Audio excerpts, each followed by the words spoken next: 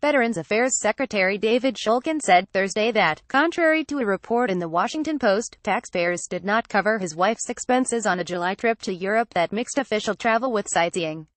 There was nothing inappropriate about this, Shulkin said, speaking at a Washington Post Live event on veterans issues.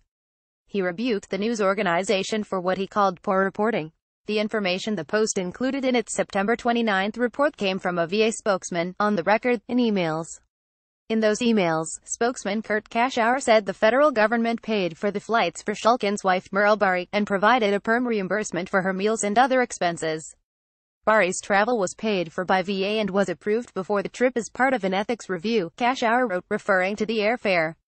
He added that meals and incidentals were covered under perm for the secretary's wife.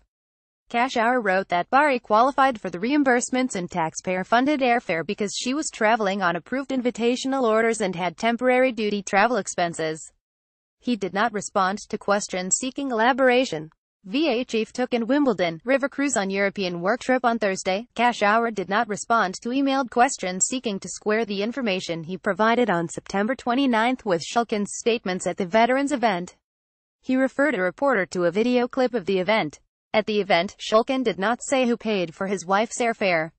The agency's Inspector General, Michael Missel, is investigating the trip and its costs.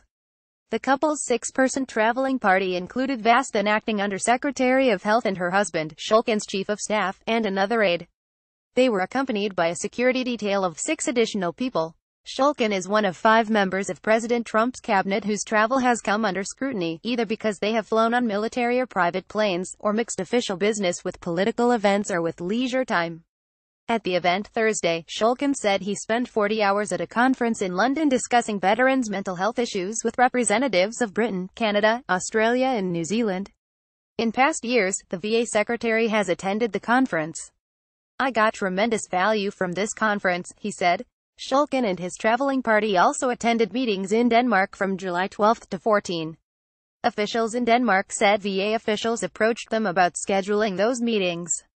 The bookend events left Shulkin with 4 days in between, according to his itinerary.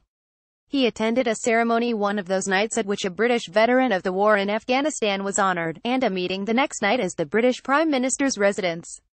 He and his wife also attended Wimbledon for one of the prized moments of the tennis year in the women's final. American Venus Williams lost her chance at a 6th title to Spain's Garbiñe Muguruza. Shulkin said Thursday that he bought the tickets to the tournament. "We went with friends. There was no business connection to that," he said. "There was no government money. Last time I checked, there is nothing illegal about going to enjoy a sporting event."